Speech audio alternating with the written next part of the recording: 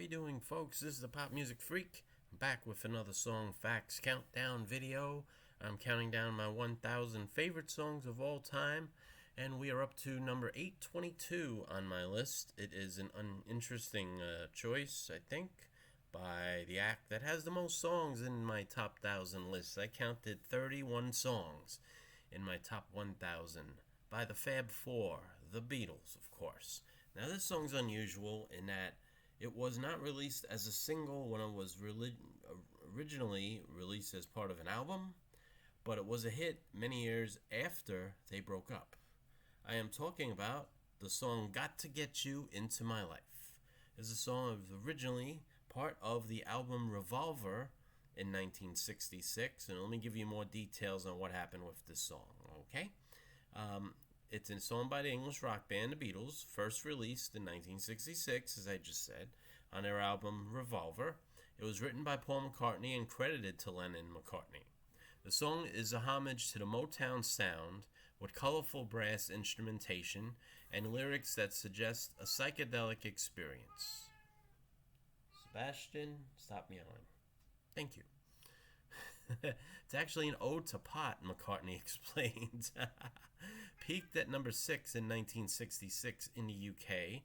The song was issued in the United States as a single from the Rock and Roll Music compilation album in 1976, 6 years after the Beatles disbanded. Another cover version by Earth, Wind & Fire from the Sgt. Pepper's Lonely Hearts Club Band film soundtrack peaked at number 9 in the US in 1978. What's interesting about this is the song was released in 1976 as a single and cracked the top 10. It was out the same time that Paul McCartney and Wings' Silly Love Songs was number 1. So at one point in time, you had 3 songs in the top 22 of the Billboard Hot 100 that were all Paul McCartney songs. The other, of course, was Wings' newly released single Let 'Em In, which was the follow-up to Silly Love Songs. We'll get to both of those songs later. They are both on this list higher than where we are right now. So that was an interesting time. They had a Beatles song and 2 Wings songs on the charts together, which was fun in the summer of 76. Anyway, back to what we're talking about here. The song was originally recorded April 7th, 1966. It was remixed and some things were changed around June 17th, 1966, and was released August 5th, 1966 as part of the album Revolver. Though officially credited to Lennon and McCartney, McCartney was primarily responsible for the writing of the song, to which he also contributed lead vocals. It was recorded at Abbey Road Studios and evolved considerably between the first takes and the final version that I mentioned. They went back in June to finish it. The song seems to have been hard to arrange until the soul-style horns, strongly reminiscent of the Stax' Memphis Soul and Motown sound, were introduced. The original version of the track, taped on the second day of the Revolver sessions, featured an arrangement that included harmonium and acoustic guitar, and a partly a cappella section repeating the words I Need Your Love sung by McCartney, John Lennon, and George Harrison. In the description of author Robert Rodriguez relative to the R&B-styled shouter that the band completed in June, this version was more Haight-Ashbury than Memphis. Author Kevin McKinney similarly views the early take as radiating peace in a hippie vein, and he recognizes the arrangement as a forerunner to the sound adopted by the Beach Boys over 1967-68 on their albums Smiley Smile and Wild Honey. The brass was close-mic'd in the bells of the instruments, then put through a limiter. This session on May 18th marked the first time the Beatles had used a horn section on any song. So it starts with a blaring brass fanfare, McCartney's vocals entering at 7 seconds in. The chorus of the song appears at 1:04 with the song's title sung. The song then switches between a verse and a refrain. A short electric guitar solo appears at 1:53 and 2:10. The horn fanfare re-enters. The song closes with fading vocals of McCartney. In Barry Miles' 1997 book, Paul McCartney Many Years From Now, McCartney disclosed that the song was about marijuana. Got to Get You Into My Life was one I wrote when I had first been introduced to pot. So it's really a song about that. It's not to a person. Many lyrics from the song suggest this. I took a ride. I didn't know what I would find there. another road where maybe I could see some other kind of mind there. What can I do? What can I be? When I'm with you, I want to stay there. If I am true, I will never leave, and if I do, I know the way there. It's actually an ode to pot, McCartney explained. Like someone else might write an ode to chocolate or a good claret. All right. Thanks for the information there, Paul McCartney. You really made my video worthwhile. Don't you agree out there? Anyway, let's see. In his review of his song from AllMusic, Thomas Ward wrote, McCartney's always been a great vocalist, and this is perhaps the best example of his singing on Revolver, one of the overlooked gems on the album. Scott Plagenhoof of Pitchfork considers Revolver to be McCartney's maturation record as a songwriter in the same way that Rubber Soul had been for Lennon in '65. He highlights Got to Get You Into My Life as one of McCartney's most demonstrative songs on the album and a reflection of his innate optimism and populism. The song's about pot.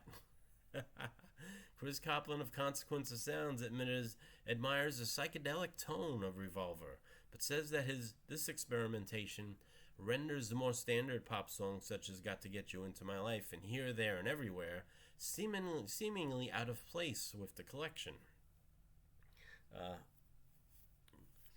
When John Lennon was asked about this song in the 1980 Playboy interview, Lennon said, "It's Paul's again. I think that was one of his best songs, too." So, looking at the chart situation, of course, the song only charted in 1976. It didn't chart when the release of the original album. It hit number 1 in Canada. It hit number 3 in the adult contemporary chart in Canada, number 7 on the Billboard Hot 100, number 9 on the Billboard Adult Contemporary chart, and number 3 on the Cashbox chart. For the year ending 1976, Billboard ranked at number 78 for the year, Cashbox ranked at number 89, and Canada ranked it at number 28. In the USA, it actually went gold and sold 500,000 copies, 500,000 copies. Personnel who played on the song, well, we have some extra musicians because of the brass sound, of course. Paul McCartney played the double-track lead vocal and played bass. John Lennon, rhythm, guitar. Although one person who was Ian MacDonald, who gave the information, said he wasn't sure if Lennon actually played the rhythm guitar part. It's possible George Harrison played both guitar parts. George Harrison did play lead guitar, certainly. And Ringo Starr played drums and the tambourine. Additional musicians, George Martin played the organ and was the producer, obviously. Eddie Thornton played the trumpet. Ian Hamer and Les Condon all played the trumpet. Alan Branscombe played the tenor saxophone, and Peter Coe played the tenor saxophone. So that's what we have on the Beatles version of the song. Now, I want to mention the Earth, Wind & Fire version because it was also a pretty big hit, going to the top 10 in 1978. Cover version was issued as a single in July of 1978 by Columbia Records. Their rendition reached number 1 on the R&B chart and number 9 on the Billboard Hot 100. It also hit number 33 on the UK singles chart. Got to Get You Into My Life has also been certified gold in the USA. So the song was certified gold by 2 different artists within 2 years of each other. That alone is a pretty outstanding feat for a same song to be that popular twice. Critical reception. The New York Daily News described Earth, Wind & Fire's version as "oh so cool." AllMusic noted the tune as a great remake, and Cashbox also called Earth, Wind & Fire's cover of the song an innovative rendition. Treble website placed this version at number 34 on the top 100 cover songs of all time. Got to Get You Into My Life won a Grammy for Best Instrumental Arrangement accompanying vocalists, and was also nominated for Best Pop Performance by a Duo or Group in 1978, which is pretty amazing considering the other great songs by groups, including the Bee Gees and the Stones and and several other groups, the Commodores and other artists that year. But this was nominated for a Grammy as well. Okay, it was recorded at the end of 1977. The B-side for Earth, Wind & Fire was I'll Write a Song for You.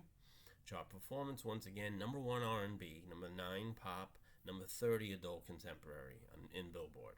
In the UK, it hit number 33, New Zealand, number 20, Canadian adult contemporary chart, hit number 29.